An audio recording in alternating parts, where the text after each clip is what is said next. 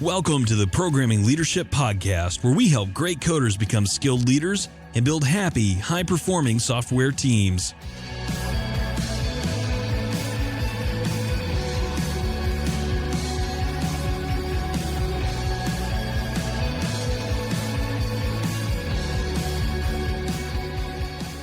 Welcome to this episode of Programming Leadership. I am Marcus Blankenship, your host. If you enjoyed this program, would you go on iTunes or Google Play or Spotify or wherever your fine podcasts are found and give us some love, give us some stars, write a review. This helps get the word out. I don't really know how it works, to be honest.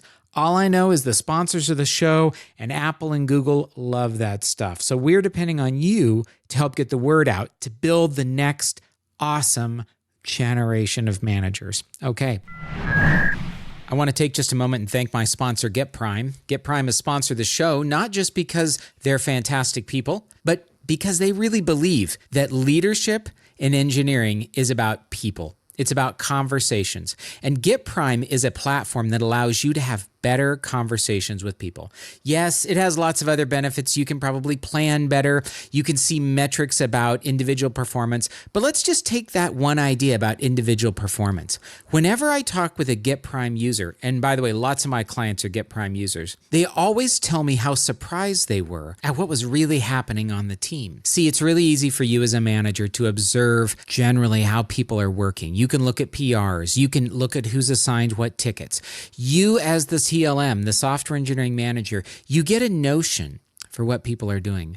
But there's always these beautiful surprises about who is really performing well and who's secretly struggling, about who's the person that's saving everybody's bacon through fixing a lot of stuff behind the scenes, and who is absolutely doing all the PRs. This kind of data lets you move from looking at people as just, well, they're all engineers and they're all kind of doing engineering work, to seeing exactly where each one of them is strong and has opportunities to grow. And that's why I love this tool so much.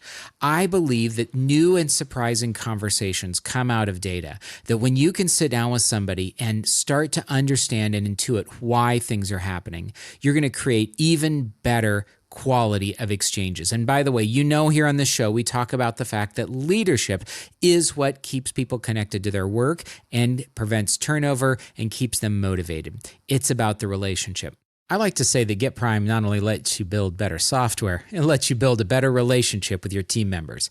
Start a free trial today at getprime.com.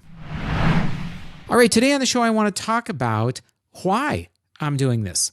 It is November of 2019, and I am going through a bit of reflection in my life. And some changes have recently happened, which have caused me to ask the large questions. And I think everyone should do an end-of-year self-retrospective. Instead of just saying, I'll just drift along in this world and everything will be fine as I'm like a leaf on the river floating down the current. Instead, Marcus wants to suggest, let's be a little bit more intentional as leaders, and let's ask, why are we doing this? Now, I recently realized, thanks to my lovely wife, Amy, that I was doing a whole lot of stuff. In fact, we put on a board that I had about 24 distinct activities happening. She said, it's no wonder you keep coming to me saying, I'm so busy, I'm overwhelmed. And I was like, well, yeah. And she says, what is your focus? What are you trying to accomplish with all this? I'm sharing this with you today because two reasons. One, I want you to consider your why. And I want to use this as an example. But also, I want you to get on board with my why. And I want you to be excited about it. And I want that to be our why together. Okay? So here's what I realized. Everything in my world, all the activities, whether they made money or not, no longer make sense unless I can tie them together with a vision. And so at a high level, my vision is to change the world, to give every developer and every technical manager a great place to work. I am so saddened by programmers who feel like their boss just doesn't get it and they never want to be a manager. I'm saddened by managers that feel trapped between teams that want to do well and executives which have unrealistic expectations.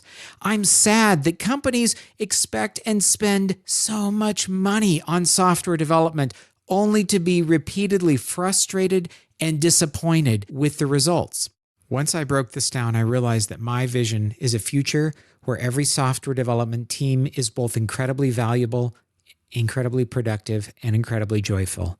That the managers who manage them find fulfillment and joy in their work. That they see that command and control structures are no longer appropriate or even useful in this day and age. That those old ideas, which make up so much of what we think about work, like job descriptions and distinct titles, and like the idea that people are resources, that none of that fits anymore. And that instead, there is a new mindset that is more productive, that is more valuable, that becomes a different pattern for how we can work today. I don't quite have a name for this, but when I think about this future, turnover is lower, productivity is higher, hiring is easier, people love their work. And here's the litmus test, I think. The people who work in these environments say, I'm doing the best work of my life. I am connected with the reason my software is being built. I'm connected with the people I'm building it with, and I understand the value I bring upwards and the value my management brings downwards to me. In fact, frankly, I even violated my own idea right there. Did you notice it? Maybe we don't need the idea so much of upwards and downwards. All right, so as I envision this crazy new world, I imagine a better place. Now, you might say, Marcus, how can one nut on a podcast make a better place? Yeah, it's daunting. But small ideas have to start somewhere. And they grow. They become bigger ideas. But they become bigger ideas when they go viral, right? When they become the thing that people get behind. And I truly believe that in the future, we can create places to work where managers respect each other, work together, collaborate, remove competition, where they treat their employees in a way that makes those employees feel valued and empowered, and not just like because of pay. In fact, I hate to say it, but what if pay went down industry-wide because job satisfaction had risen so much and turnover had gone down? There's all these crazy trends that I actually think are rooted in bad management and leadership, which does not come from you. If you're listening to this podcast, you're one of my people, is my guess. It comes from someplace above you with expectations that came into the company a long time ago. But just like me, one guy yelling in the wilderness, there's a better way, we've got to change. You can be that in your organization. And that's kind of the key I want to get through here to you today. It's very hard to feel small and have a big idea. And honestly, that's how I feel today. I feel small with a big idea that seems like there's no way I could ever change the world. But I need you to help me. All the people I interview, they're not just people I've met. They're not random knuckleheads or authors. They're people that I think help embody various aspects. And that's what I want this show to be, the embodiment of various aspects of the new world. You know, we're going to have more and more guests. We're going to have leaders on who are going to talk about management and leadership, yes, but also about self-organizing teams and learning teams and how we do correction and discipline and how we do hiring and how we do a whole host of stuff in a new way. Like breaking old habits is really hard, but it can start today with us. So let me rewind to all those activities I was doing before. It just dawned on me literally 2 days ago that all the activities I've been doing need to be focused in, and I've actually gotten rid of about half of them. So for example, I do this podcast. Why? I do this podcast to spread the ideas about enlightened leadership, relational leadership, and better technical management. I write I write. Why do I write? To spread those ideas and to help engage with you, the reader, into how can you actually be changing your mental model. That's what my writing tries to do. I try and provoke you to change in a way that gets you to consider things differently. Okay, why would I speak at conferences? By the way, I just spoke at Silicon Valley Code Camp. I'm going to speak at Front End Love in the Netherlands, which is a wonderful, huge JavaScript conference next February. What will I be talking about? All this same stuff. How we can reconsider modern management and leadership and how we must do that in order to survive in this world and to really move to the next level. Other things I'm doing, I do these trainings. I put together workshops, and sometimes people come 24 at a time, and they come and they get in a room and they learn. Why would they learn? What are they learning? I believe they want a different future. I believe it is my job to expose them to these new ideas that help them improve.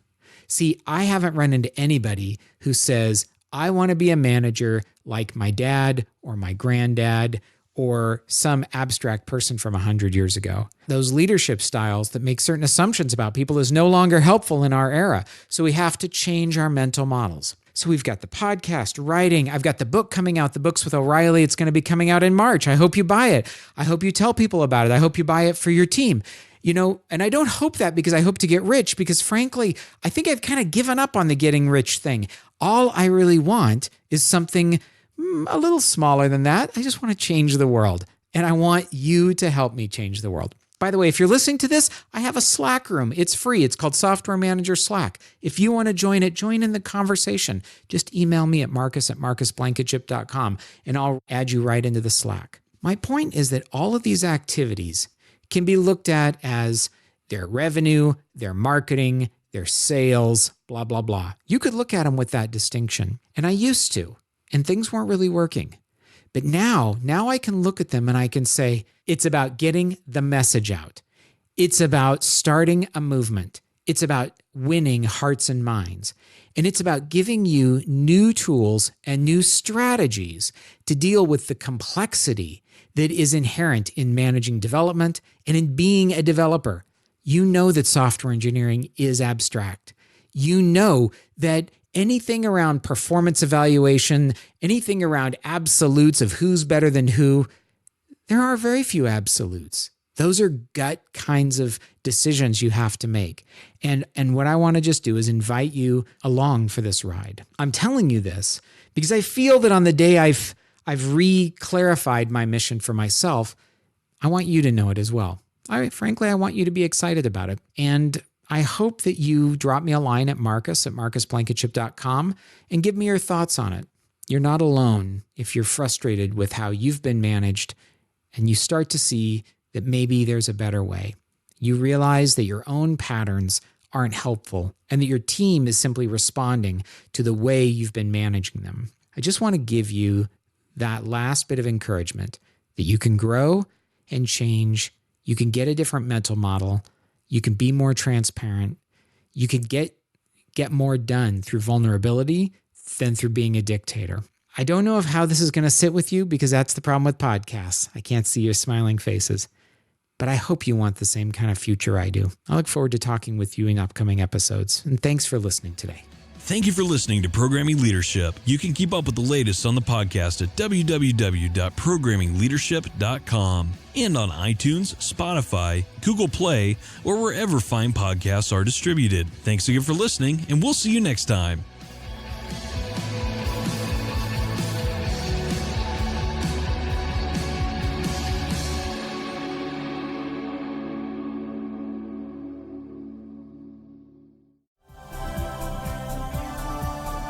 This has been a Humble Pod production.